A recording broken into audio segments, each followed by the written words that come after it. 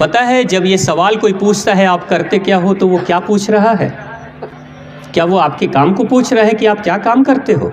नहीं, सिर्फ काम नहीं पूछ रहा है, वो आपकी औकात पूछ रहा है कि आपकी औकात कितनी है, ताकि मैं जान लूँ कि आपसे मैं दोस्ती बढ़ाऊँ या ना बढ़ाऊँ। ये बड़े लोग इसलिए पूछते हैं आप करते क्या हो, यानी आपकी क्षमता देखना चाहते हैं कि आर्थिक रूप से आप कितने मजबूत हो, किस पद पे हो, क्या काम करते हो, प्रतिष्ठा कितनी है समाज में, सफल हो कि असफल हो। अगर सफल हो तो दोस्ती बढ़ाऊं, आगे बात आगे करूं, पैसे वाले हो तो आगे बात करूं, अगर ज़िंदगी में कुछ किया है तो मैं आगे बात करूं, नहीं तो पीछे हटूं। इसलिए परिचय पूछा जाता है। आने वाले 5 साल के बाद आपसे भी परिचय पूछा जाएगा। ज़िंदगी में 2 तरह के गुरु होते हैं। एक गुरु वो जो हमारे साथ बैठे हुए हैं, सारे गुरुजन ये हमारे गुरु हैं, और जिन स्कूलों से आप पढ़कर पहले आए हो वो सब भी गुरु थे। इनको हम अंग्रेजी में टीचर कहते हैं। ये गुरु हैं, ये मार्गदर्शन करते हैं, हमें सिखाते हैं, कुछ बतलाते हैं। लेकिन एक दूसरा भी गुरु होता है ज़िंदगी में, जिसको हम समय कहते हैं, जिसे हम टाइम कहते हैं। ये गुरु टीचर्स हैं और वो दूसरा गुरु टाइम होता है। इन दोनों में बेसिक फ़र्क होता है। ये जो गुरु होते हैं ये प्यार से समझाते हैं, पहले समझाते हैं, पहले सिखाते हैं, पहले बतलाते हैं और बाद में इम्तहान लेते हैं। सालों भर आपको पढ़ाएंगे, पूरे 1 साल पढ़ाएंगे, साल के अंत में इम्तहान लेंगे। ऐसे ही होता है ना बच्चे, ये गुरुजी लोग ऐसे ही करते हैं, इनका तरीका ऐसे ही है। लेकिन जो समय गुरु है, टाइम जो गुरु है, उसका तरीका अलग होता है। वो पहले ही इम्तहान ले लेता है। समय किसी को सिखाता नहीं, किसी को पढ़ाता नहीं, किसी को समझाता नहीं, कुछ नहीं करता, पहले ही इम्तहान ले लेता है। और इम्तहान के बाद जब इंसान फेल होता है तो बाद में वो समय सिखलाता है। तो इस टीचर में और उस टाइम टीचर में बेसिक फ़र्क यही है, ये पहले सिखलाएंगे, बाद में इम्तहान लेंगे, वो पहले इम्तहान लेगा, बाद में सिखाएगा। इसे समझने के लिए एक छोटा सा एग्जाम्पल मैं दूं आपको। आप कभी भी किसी खतरनाक सड़क पर चलेंगे, यात्रा जब आप करेंगे, तो जहाँ पे सड़कें ख़राब होती हैं, पहाड़ी सड़कें जहाँ होती हैं, जहाँ खतरनाक सड़कें होती हैं, एक्सीडेंट्स होने के चांसेस जहाँ ज़्यादा होते हैं, उन सड़कों की शुरुआत से पहले एक बड़ा सा साइन बोर्ड लगा होता है। कभी आपने देखा है, कभी देखा है बच्चे आप लोग? साइन बोर्ड पे लिखा होता है आगे की सड़क खतरनाक है। ऐसा पढ़ा है कभी? आगे की सड़क खतरनाक है, संभल कर चलना, ऐसा साइन बोर्ड लगा होता है। वो जो साइन बोर्ड होता है जो बतला रहा है कि आगे की सड़क खतरनाक है, संभल कर चलना, वो साइन बोर्ड कोई और नहीं, आपके ये सभी गुरुजन हैं जो पहले ही बतला रहे हैं कि आगे की सड़क खतरनाक है, संभल कर चलना। लेकिन वो साइन बोर्ड किसी को रोकता नहीं है, किसी के गाड़ी के सामने आकर खड़ा नहीं होता, चुपचाप प्यार से, इशारे से बतला देता है। कोई देखता भी है उस बोर्ड को, कोई नहीं भी देखता है। कोई देखने के बाद संभल कर चलाता है, अपनी गाड़ी पे ब्रेक को ध्यान से रखता है और गाड़ी की स्पीड स्लो करके आराम आराम से चलता है ताकि दुर्घटना न हो जाए। कुछ लोग ऐसे होते हैं। तो इन गुरुजनों की बात जो सुनता है वो साइन बोर्ड को ध्यान से पढ़ता है और पढ़कर सावधानी बरतता है और फिर आगे की यात्रा तय करता है और सुरक्षित उस खतरनाक सड़कों से बाहर निकल जाता है। ये हमारे ऐसे गुरुजन हैं।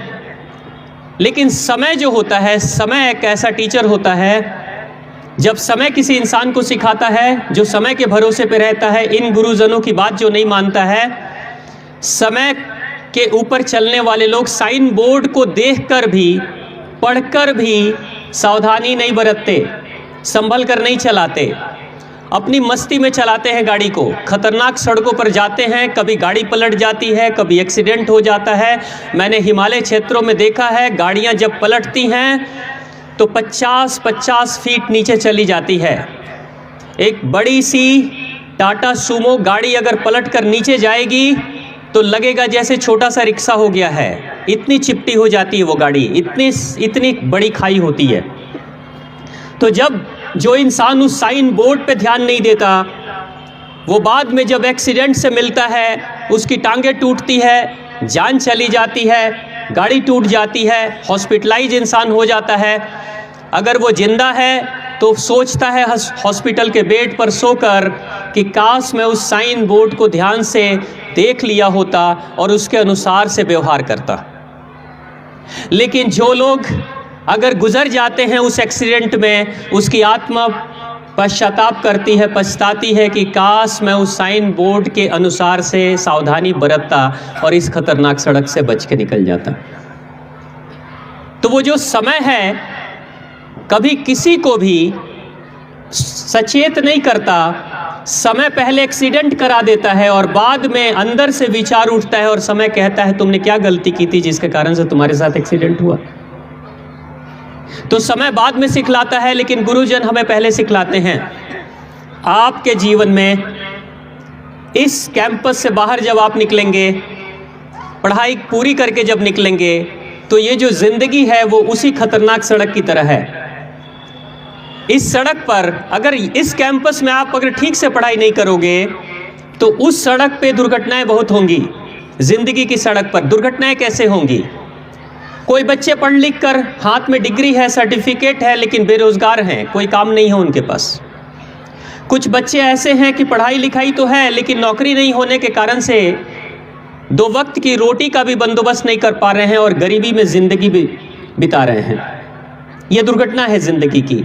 कुछ बच्चे ऐसे हैं जैसे आप सभी बैठे हुए हो, आज आप मित्र हो, एक साथ रहते हो, एक साथ खाते पीते हो, बातचीत करते हो, लेकिन आपको पता है सिर्फ 5 साल के बाद क्या होने वाला है। आप में से बहुत सारे मित्र एक दूसरे को पहचानेंगे नहीं 5 साल के बाद मिलोगे तो। ये मैं कह रहा हूँ, याद रखना इन बातों को। आने वाले 5 साल के बाद आपके यही मित्र आपसे शायद नहीं मिलेंगे। क्यों नहीं मिलेंगे? क्योंकि एक बात होगी, बड़े लोग एक बात पूछते हैं, छोटे बच्चे तो नहीं करते, छोटे बच्चे तो नहीं पूछते हैं, आप लोग भी नहीं पूछते। छोटे बच्चे किसी अनजान इंसान से मिलते हैं तो कुछ नहीं पूछते हैं, बस ऐसे ही नाम पूछ लिया, इससे ज़्यादा कुछ नहीं। लेकिन बड़े लोग एक शब्द बार बार रिपीट करते, एक वाक्य बार बार रिपीट करते हैं। पहली बार किसी से मिलते हैं तो कहते हैं आप करते क्या हो, आप करते क्या हो। बचपन में याद रखना बच्चे, आज के समय में एक साथ खेलोगे, खाओगे, पियोगे, सब कुछ करोगे एक साथ, लेकिन ठीक 5 से 10 साल के बाद आज खेलने में बड़ी रुचि आती है ना, बड़ा अच्छा लगता है, साथ में खेलो, खूब सारी बातें करो, मौका मिल गया तो रात भर बातें करते रह जाएंगे, पढ़ाई छोड़ो, ठीक है। 10 साल के बाद पता है क्या होगा, किस चीज़ के लिए भागोगे। आज खेल के लिए भागते हो, 10 साल के बाद आप पैसे के लिए भागोगे।